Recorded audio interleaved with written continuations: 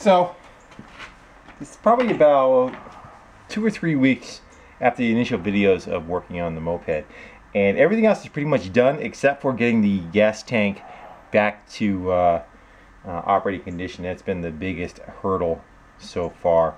So what's been going on is every 2 or 3 days, I should back up. The problem is in the bottom of the tank, other than the rust in the top, the bottom of the tank had a bunch of tar-like sediment to it. You can actually kind of see it on the funnel right there. And it was hard as a rock, varnish for the most part. So the only thing I've been finding that's been breaking it up has been lacquer thinner. So what I've been doing is filling it probably to about right here with lacquer thinner, kind of let it sit for a while, like a couple of days, drain it out, keep doing it until I start getting some clear material. Last time it still came out jet black. We're about to go find out again what we get. I've been using corks. The corks have been deteriorating from the material, but I have a lot of them and they're cheap. Let's see if we get that guy out of there.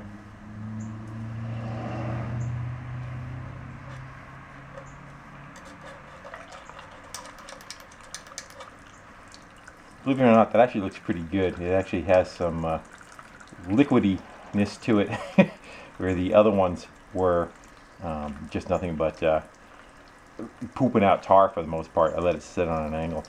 Think it's going to overflow? Ooh, that was close.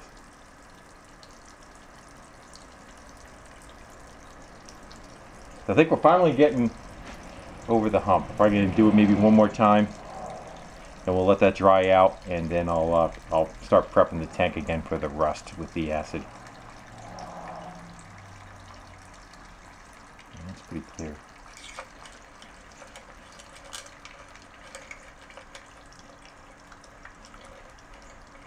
And hopefully it'll get to the point where it's warm enough I can set my pressure washer up. I want to run the pressure washer down into the cap of the gas tank and kind of shoot around in there some too.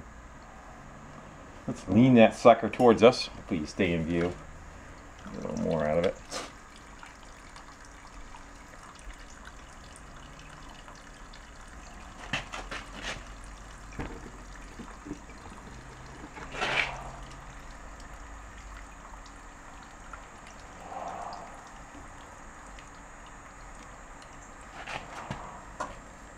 So I'm going to lay that down on the seat over here sideways and we'll let that drain out for a while.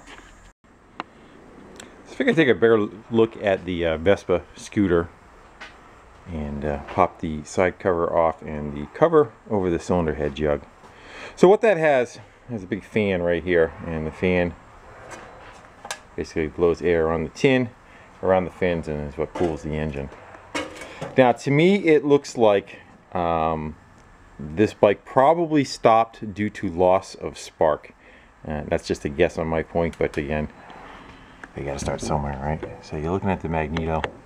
You can see the condenser still on it, but right here is where the points were, and they are no longer there. Where it's a little chompy kind of going around.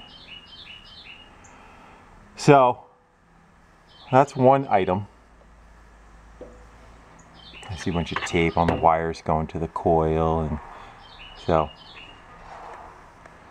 that's my suspicion. General look over the whole thing. It seems like it's got decent compression. Who knows what the quality engine is? Don't know. The air cleaner carb all seems to be there. It's like the throttle still on. I don't know if that's throttle or choke right there. And it's got a metal screened air cleaner. It looks like it's missing the top half of the air cleaner, which would have been this part over here. Something is not there. Stuff that was in the trunk on the other side. We got the flywheel. Oh, we do have the nut. Good, I was worried about not having the nut. Apparently that stays on the flywheel. What's left of the taillight? Bunch of hardware. It looks like half a set of points. Too bad I couldn't find the other half. And then just bits and pieces of, here's the hammered out headlight, cable jacket of some sort, some molding, probably floorboard molding right there. A lock to something. I wonder if it's to this panel on this side. This looks like it's part of the seat.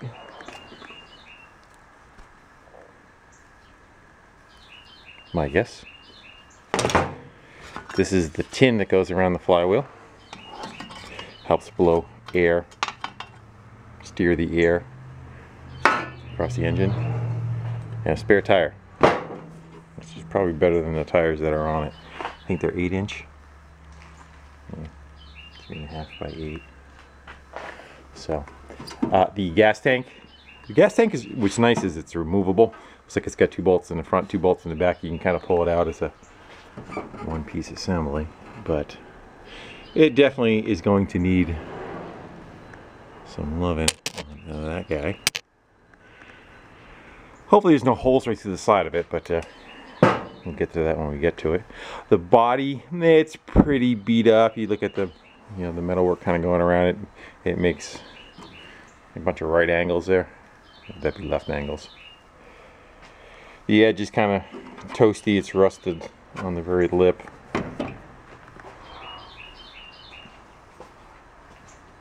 The back fender, I guess we're going to call this the back fender, is all part of the body. That piece looks pretty decent. The fender on this side is stuffed in the center of it, but it does unbolt, so it should be pretty easy to work with metal wise. It's like somebody stuck some of those trailer reflectors on there.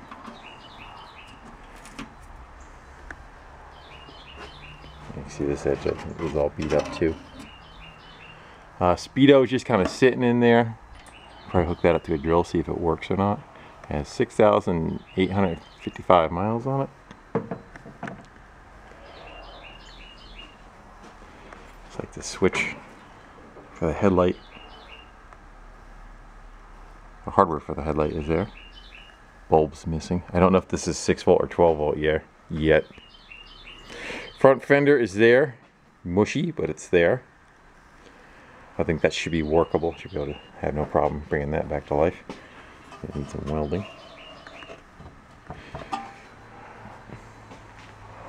So, I did look and see the parts are not terribly expensive on this. I don't have a key. Actually, it looks like maybe a broken off key inside there, huh?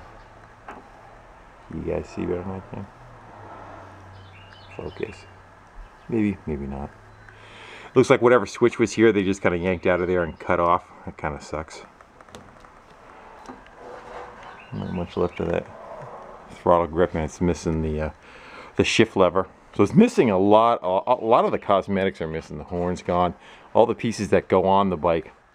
Again, you know, the guy did say that this was a parts bike for another one, so he may have stole a bunch of bits and pieces. Clutch lever, and then when you shift, should say 1, 2, 3, 4 right here, and you rotate the lever. You squeeze the clutch and you rotate the lever, makes you shift gears. I'll show you where that goes. Here's their gearbox on the transmission. When you rotate the handlebars, these 2 cables are supposed to have little barrels in them, and they rotate the cam in here, and it's got detents on it, which pick what gear you're in. Right now it's in neutral. And again, it's up in the air what kind of conditioning that stuff is in. So it needs a lot. It needs, you know, I'm gonna guess you're probably gonna be $500 just in the, I wouldn't call them cosmetics, but the attachments to the body and the chassis of it. And then, you know, who knows what happens when we get into, you know, is the engine any good, the trans any good, the brake system, rims, wheel bearings, suspension, all that kind of stuff. I did notice that they sell a cable kit. A complete cable kit for this is like 45 bucks delivered, which is all 8 cables, which is good. Seemed like that was fairly cheap, and points are cheap, that kind of stuff.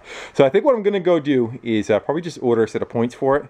We'll start with that, see if we can regain spark, and go from there. So I'm gonna make myself a little shopping list right now of some stuff I do need though. So here's my list so far. So we got a pointer. Need points, horn and bezel, Ignition is kind of iffy. The grips are beat. A cable set. Gas cap seal needs a seat. The air cleaner top is missing. Headlight assembly is kind of a mess. The clutch lever is missing, and it's the taillight lens. So that's kind of the start of it right now. Again, if I start looking into this and this becomes a ridiculously expensive repair, it may not happen. But at least we're going to go and see about getting it running, definitely. So the thing is, you're going to order a set of points, and then probably take about 4 or 5 days for them to come in, and we can start poking around, see if we can get sparks back, and then kind of assess what the rest of the drivetrain is. And if we find that the the engine and trans is good and all, we should be able to move forward. But if that stuff's all gone too, then it's just going to be outrageous. So I wanted to see what was underneath it for paint, so I took some goof off just a minute or two ago, and took a little acid brush and just kind of dabbled it on this, whatever this is for paint that's over the top of it, and we'll see if